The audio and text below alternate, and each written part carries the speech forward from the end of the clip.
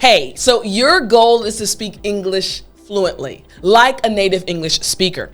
Well, in order for you to sound like a native English speaker, there are certain English words that you must know. So in today's lesson, I'm going to give you the words you need to study this week in order to sound like a native English speaker. Words you must know. Are you ready? Well then, I'm teacher Tiffany. Let's jump right in. All right, so let's get started with the word for Sunday. The word for Sunday is conspiracy. Ooh, nice job. Again after me, conspiracy.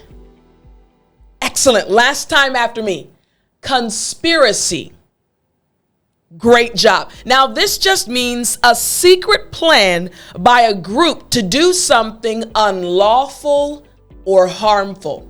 I want you to think about it like this. Maybe in your country, instead of a president, you have a prime minister or a king, right? And maybe you love your king or your prime minister or your president. Many people love your president or your king or prime minister, but there is a small group of people that don't. And maybe these people decide, hey, we have to remove this president. Hey, we have to remove this king. So they start coming up with plans to remove the president, to remove the king or the prime minister. This plan, what they're doing, is considered to be a conspiracy. You got it, didn't you? I know you felt that story, right?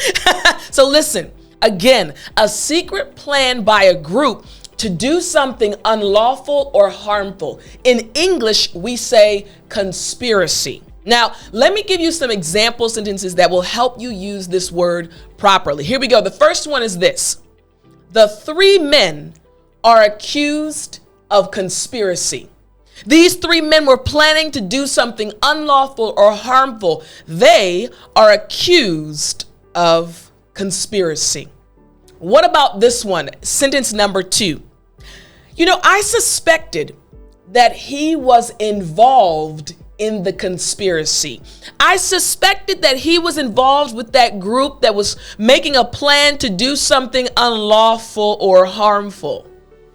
You got it? Again, I suspected that he was involved in the conspiracy. Good job. Now, what about this sentence? Sentence number 3. At first, he was blissfully unaware of the conspiracy against him. He wasn't aware of the fact that this group actually was planning to do something unlawful or harmful to him.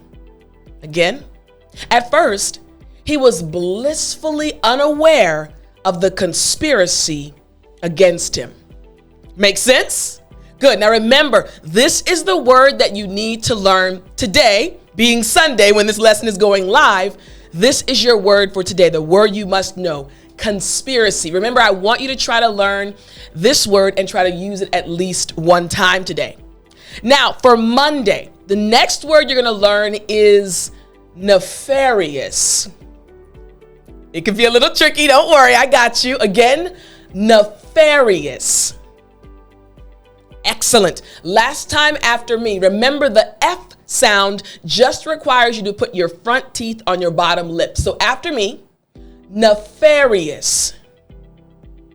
Excellent job. Now this just means actions or activities that are morally bad. Hey, that's really not good. Something that's morally bad. Hey, actions or activities that are morally bad. In English, we say nefarious. Now remember, this is the word you're going to be using for, let's see if I can point to it. There we go. Monday, all right? So let's check out some example sentences using this word.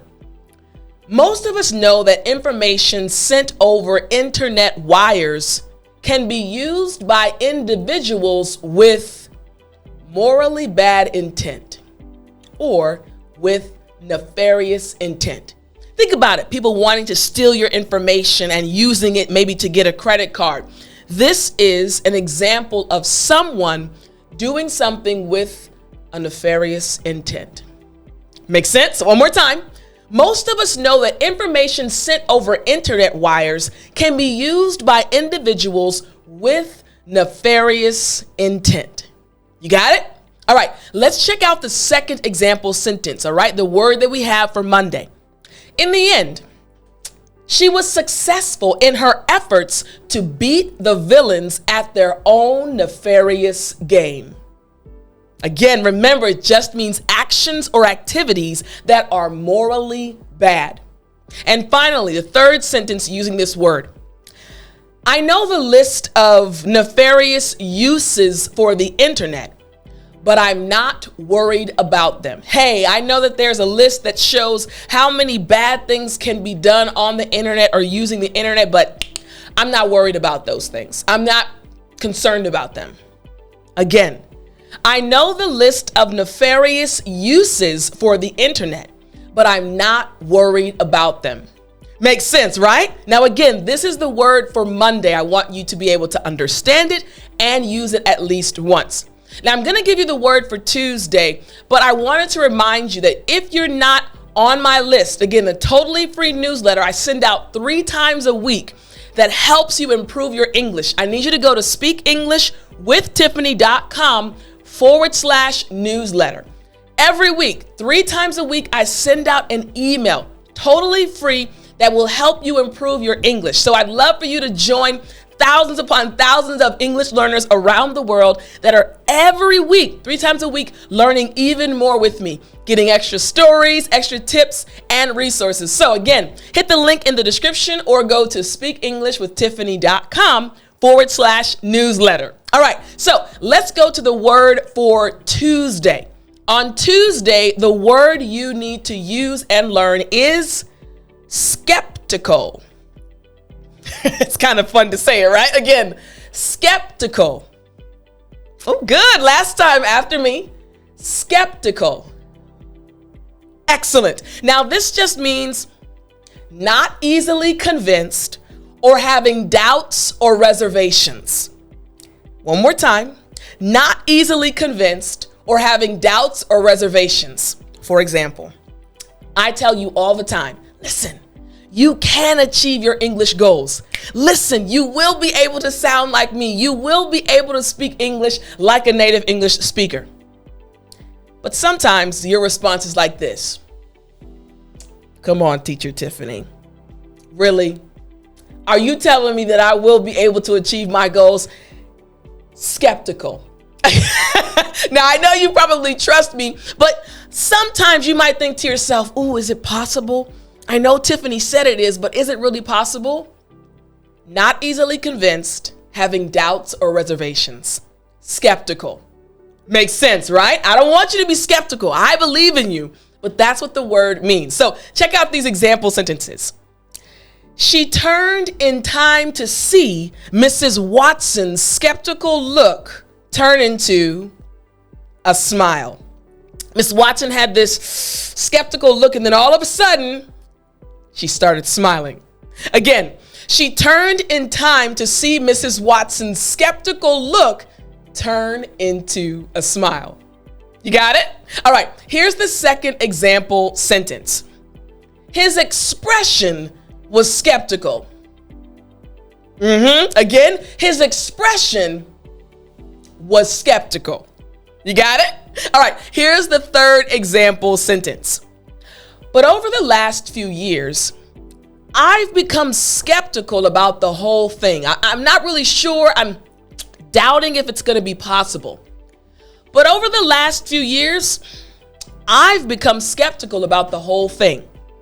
Make sense? All right, so again, on Tuesday, this is your word. I want you to make sure you understand it and use it at least one time. And remember, in our last lesson, I talked about the importance of learning and teaching something. So try to teach this word to someone as well. So let's go to Wednesday. The word for Wednesday is actually a combo word. Mind numbing. Now I'm waiting for you to say it. Let's do it again after me. Mind numbing. Ooh, good job. Last time after me. Mind numbing. Excellent. Now, this just means so extreme or intense as to prevent normal thought. So intense, so extreme as to prevent normal thought. For example, I've told you the story about when I took my exam trying to graduate when I was in grad school in South Korea. The exam included Hanja, Chinese characters. It was extremely difficult. I had to take the test 3 times. The very first time I took the test and I looked at it, it was mind-numbing. I couldn't think straight. It was so intense. What I was looking at made no sense to me. Mind-numbing. You got it, right? Okay, let's check out an example sentence. I did pass. God is good. Here we go. I didn't want to listen to any more of his mind-numbing speech. Think about a speech you have to listen to and it's like, na na na na na na na na na, and you can't even think clearly because you don't know what is being said. I didn't want to listen to any more of his mind-numbing speech. Make sense? All right, here we go. The second sentence. The whole experience was mind-numbing. The whole experience, it really prevented normal thought. It was so intense and extreme. The whole experience was mind-numbing. Got it? All right, here we go. Now let's go to the next one. Here we go. Number 3. The repetition was mind-numbing. Again, the repetition was mind-numbing. Makes sense, right? Okay, now this is the thing. This is the word for Wednesday. I want you to make sure you understand it and then try to use it at least once, okay? Now, let's go on to Thursday. Thursday, we have another good one. This one is epidemic. Excellent. Again, epidemic. Ooh, great job. Last time after me. Epidemic.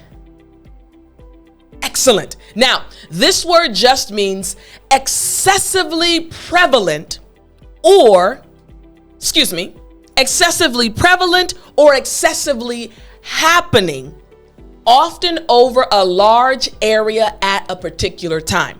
So excessively prevalent, happening a lot, in great number, or excessively happening, often over a large area at a particular time. So check out this example sentence. It will help you understand this more. A great epidemic burst forth in that area. A great epidemic. It was happening everywhere. Next. She was carried off by the epidemic. She got caught up. It was happening everywhere and she got caught up in it as well. And finally, the threat of an epidemic caused great alarm and trepidation. People were nervous. People were scared. Oh no. The threat of an epidemic caused great alarm and trepidation. Makes sense, right? So again, this is the word I want you to learn for Thursday and use it on Thursday. Now, I have something special for you. On Friday, this is an expression. This expression is something that we use as native English speakers on a regular basis. All right. So again, for Friday, there's a bonus expression that you must know. This expression is to no end. Excellent. Again, to no end. Great. Last time, to no end. Nice. Now, this just means to a great extent or very much. To a great extent or very much. So let me explain this. I want to make sure it's clear for you, okay? To much, very much, or to a great extent. First sentence. He talked and talked to no end. He talked and talked to no end. It means he just wouldn't stop. It was going on and on and on. Again, he talked and talked to no end. That's the very first sentence. What about this one right here? My boss complains to no end about the company's performance. Over and over and over. My boss never stops. He's always complaining over and over to a great extent. So once again, my boss complains to no end about the company's performance. Makes sense, right? All right, now sentence number 3. I love my kids to no end. I love my kids to no end. The love I have for my children, it has no end. It's so great. I love my kids, and you probably love yours. So again, I love my kids to no end.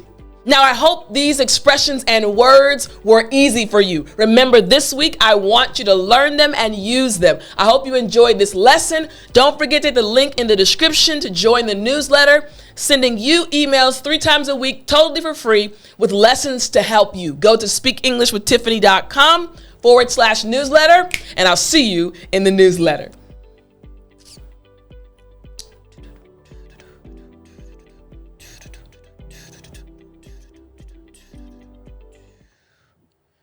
You still there? You know what time it is. It's story time. Hey, I said it's story time. I had to add a little bit extra on the end. Today I have a short story for you. It's a story about food. So, I remember I was home one day. This is after I had returned from South Korea. I was in my 30s. My parents were letting me stay with them because I was trying to start this business that I'm running now, helping you speak English. And my parents were letting me live with them for free. Praise God for parents. And I remember, so my mom cooks extremely well. I've mentioned this before, but I want to make sure you understand. My mom can cook. Everything is delicious. So I was home working hard, and it was a Sunday morning, and my mom just happened to, she had been out earlier that morning, and she came back, and she just came to my room just to say good morning. I was like, hey, Mommy. I was like, it's good to see you. She's like, how's work going? I said, it's going good. I said, man, I'm really in the mood for some fried potatoes, Mommy. She said, oh, man. She's like, I'm not going to have time because I have to go somewhere. I said, oh, no problem, no problem. I was just craving her fried potatoes. That was it. She had to walk out and go somewhere, and I just kept working. 30 minutes went by. 40 minutes went by. And I was typing, working on my computer, and all of a sudden, the sweet aroma of food cooking downstairs hit my nose. I said, wait a minute. I thought my mom, is my dad? No, my dad's at the gym. I said, what? The smell kept getting stronger and stronger. It was so strong I had to leave my office. So I got up, and the closer I walked to the kitchen, the stronger the aroma got. And when I got to the kitchen, I saw my mom making fried potatoes. She turned and looked at me, and she said, hey, baby. Now, remember I said I was in my 30s. But there's something about eating your mama's food. I smiled so hard, and I went and gave her a hug. I said, Mommy, thank you so much. It was something so simple, but I love my mom's fried potatoes. She said, don't worry, it's my pleasure. And I realized that parents, even though their children become full adults, they're always a parent, and they love to see their children happy. So that day, I was happy and my mom was happy. Why am I telling you this story? Why did I tell you what happened to me with my mom's fried potatoes? I am not your mother, but I get the same joy that my mom got when I hear stories from you, that these lessons are helping you, that you've achieved a goal. Maybe you got a job. Maybe you traveled to America or another country. Maybe someone complimented you on your English. When I receive those stories in the comment section or from my other students, the joy that comes into my soul is real. And it makes me want to teach more. Just like my mom, who was busy, wanted to cook more for me. So I want to say thank you. I love teaching English. I love helping you achieve your goals. And when I hear your stories, man, they just make me so happy and make me want to work harder to help you achieve your goals. So I hope you enjoyed this story, and I hope you enjoyed the lesson. I'll talk to you in the next one.